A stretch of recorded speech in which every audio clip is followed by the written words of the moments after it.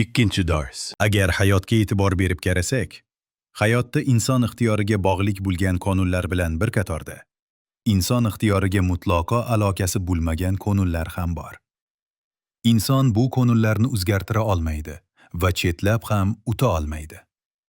Shuning uchun inson bu qonunlarga nisbatan to'g'ri munosabatni vujudga keltirishdan boshqa chorasi yo'q.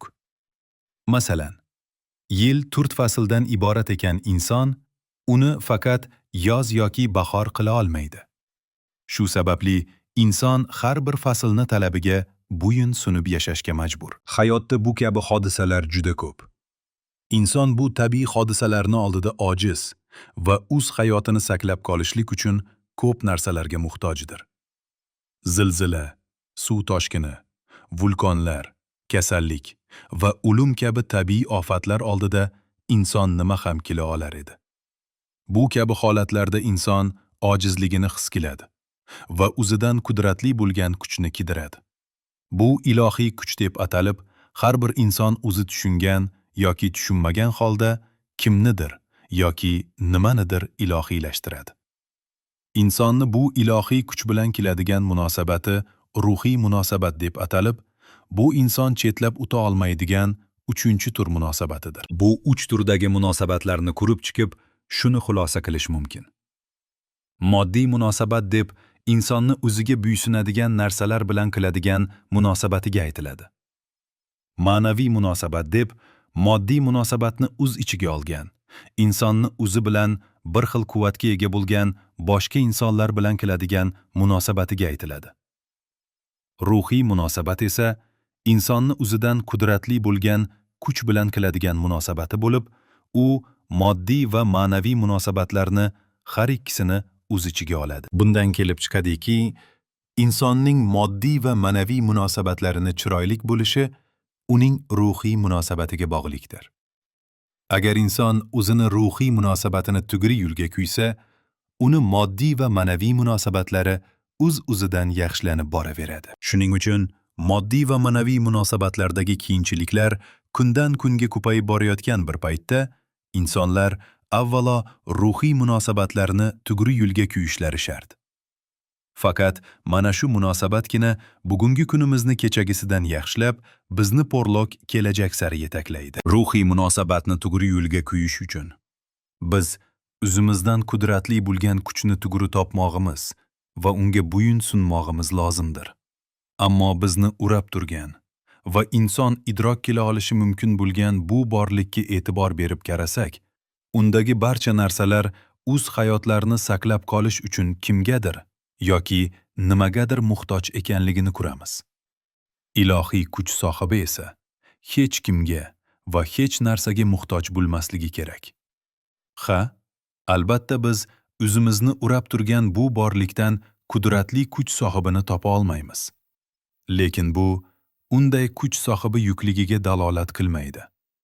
Negaki har qanday inson va har qanday rivojlangan fanlar natijalari ham hayotda inson idrok qila olmaydigan doirani borligini inkor eta olmaydi.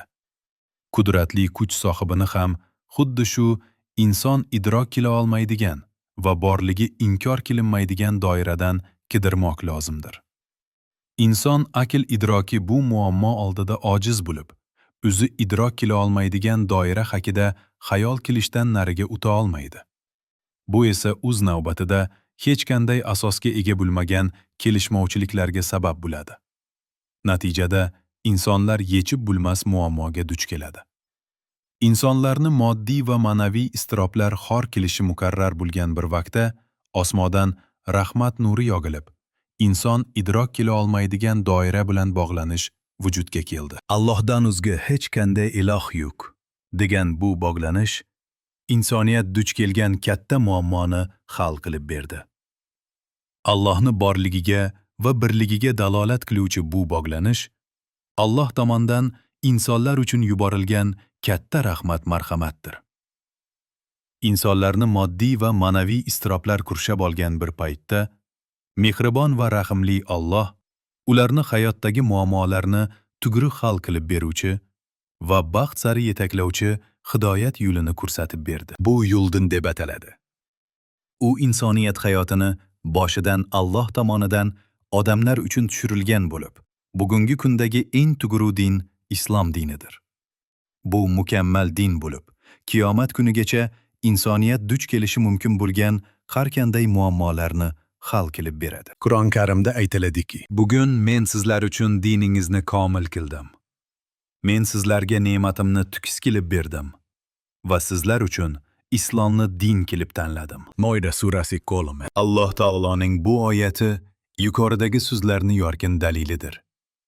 Alloh taoloning insonlar uchun tushirgan ko'rsatmalari bir kitobga jamlangan bo'lib, u Qur'on deb ataladi. Va faqatgina shu kitob insonlar hayoti uchun eng to'g'ri qo'llanmadir. Qur'on Karimda aytiladiki, Alloh taoloning haq kalomi ekanligida hech qanday shak shubha bo'lmagan ushbu kitob g'oyibga ishonadigan, namozni tukus ado etadigan va biz rizq qilib bergan narsalardan infoq ehson qiladigan taqvoli kishilar uchun hidoyat to'g'ri yo'ldir. Baqara surasi 2-3 oyatlari. Oyatlardan ko'rinib turibdiki, din avvalgilardan qolgan afsona yoki ertak emas. Hayotni ma'lum bir qismiga yechim beradigan nokis narsa ham emas. Karilik uchun ermak ham emas. Balki din Alloh taolo tomonidan tushirilgan bo'lib, insonlarni dunyo va oxirat baxt va saodatiga yetaklovchi hayot yo'lidir. Bu yo'lda yurish yoki yurmaslik inson ixtiyoridadir. Kim bu yo'lda yurmaslikni ixtiyor qilsa, kofir hisoblanib, bu dunyoda moddiy va ma'naviy iztiroblar bilan yashashi, oxiratda esa do'zax azobiga giriftor bo'lishi muqarrar. Qur'on Karimda aytiladiki, jali, qiyomat kuni kofir bo'lgan kimsalar musulmon bo'lishni istab qolurlar. Ey Muhammad alayhissalom, ularni kuyavering. Yeb, ichib, foydalanib qolsinlar. Orzu havaslariga mashg'ul bo'laversinlar. Bas, yakinda bu kilmishlarning oqibati nima bo'lishini bilib olurlar. Hijr surasi 2 va 3 oyatlar. Endi kim bu yo'lda yurishlikni ixtiyor qilsa, musulmon hisoblanib, unga dunyoyi oxirat ne'matlari nakit qilingandir. Iymon keltirgan va Allohdan qo'rquvchi bo'lgan zotlar uchun hayoti dunyoda ham, oxiratda ham xushxabar bordir. Allohning so'zlari, oyatlari o'zgartirilmas. Mana shu mazkur ne'matlarga erishish buyuk saodatdir. Yunus 63 ila 64 oyatlar.